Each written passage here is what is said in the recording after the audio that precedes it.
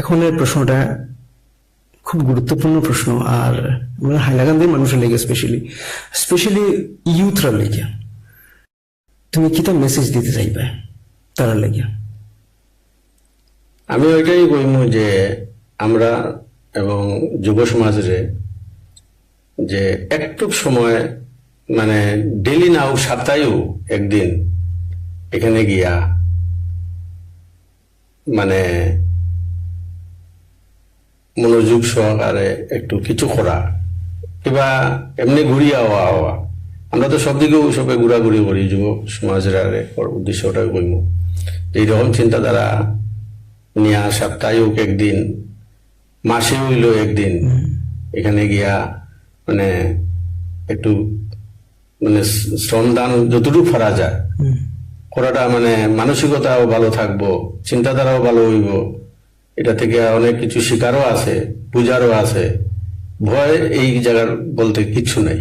আমি আজকে নিজে আরেকটা ইয়েতে আমি কইছিলাম যে এখানে কাজ করার পরে আমি একটু উৎসাহিত আসলাম যে শ্মশানে ভূত প্রেত থাকে, প্রেতাত্মা থাকে, আচ্ছা তারা আমি পাইমু। অনেক চেষ্টা করছি এবং করিয়াও যাই, কিন্তু এরকম কিছু পাই না। হ্যাঁ, মানে সামনাসামনি দেখতে পাই না, কোনো সময় আওয়াজ পাইছি। আচ্ছা হ্যাঁ, তে আওয়াজ পাওয়ার পরে মানে আমি অ্যাডভান্স হয়েছি, তারপরে যা লুপ্ত হয়ে যায়। আচ্ছা হ্যাঁ, কিন্তু এই জিনিসটাই যেন বোঝা যায়। এখানে তো যে আমরা ওই অ্যাক্সিডেন্টে মারা গেলে এগুলার আত্মার শান্তি হয় না, প্রেতাত্মা হয়ে যায়।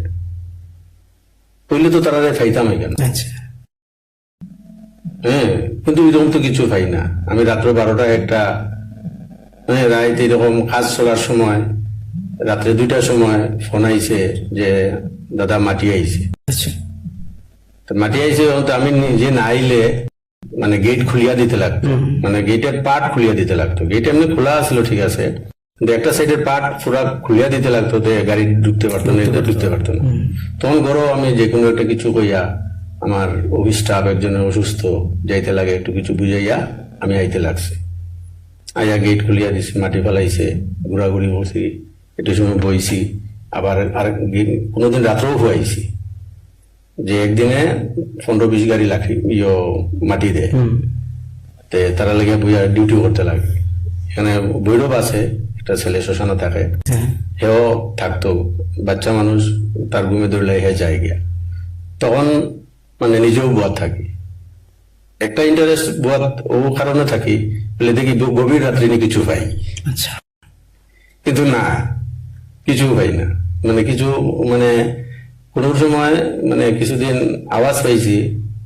একদিন একটা দৃশ্য দেখছিলাম, সামনে দিয়া মন্দিরের সাইডে দিয়া একজন জায়গা, কিন্তু নিজেও গেছি মন্দিরের ভিতরে, না আগে সাইডে দিয়ে গেছে, গিয়া পাইছি না কিছু। তো এই ব্যাপারে যে যুব সমাজের কথা ওটা বলেছেন, একটু সময় দেওয়া এবং মনরে পরিবর্তন করিয়া যদি এখানে যাওয়া যায়, মানসিকতাও ভালো থাকবো। আর এখানে মানে যে ভয়টা, এটাও দূর হইব, সমাজের কাজও হইব।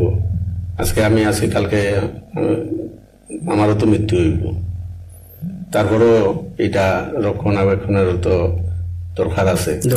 এরপরে তো নিশ্চয়ই আরেকজন থাকবো, হইব, এতে আরো সুন্দরও আর হইতে পারে। এটা লেগে সবে আওয়াটা দরকার, যুব সমাজ এটার দিকে একটু লক্ষ্য রাখা, এই মেসেজ দেব। ধন্যবাদ শেখরদা। আমরা খুব বেশি খুশি আজকে তোমার এই আমরা এই শোয়ে প্রথম এপিসোড তোমার দিয়ে করাটা, এটা খুব বেশি সৌভাগ্যের বিষয় আমরা লেগে।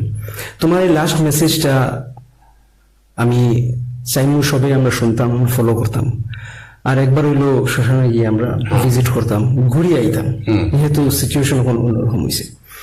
তো ধন্যবাদ আমরা এখানে আবার লেগে, আমার এই সুযোগ দেওয়া লাগে আপনার অসংখ্য ধন্যবাদ, নমস্কার। আর এইভাবে আমরা আজকের আমরা প্রথম এপিসোডটা শেখরদার এত মূল্যবান কথা দিয়া শেষ করলাম।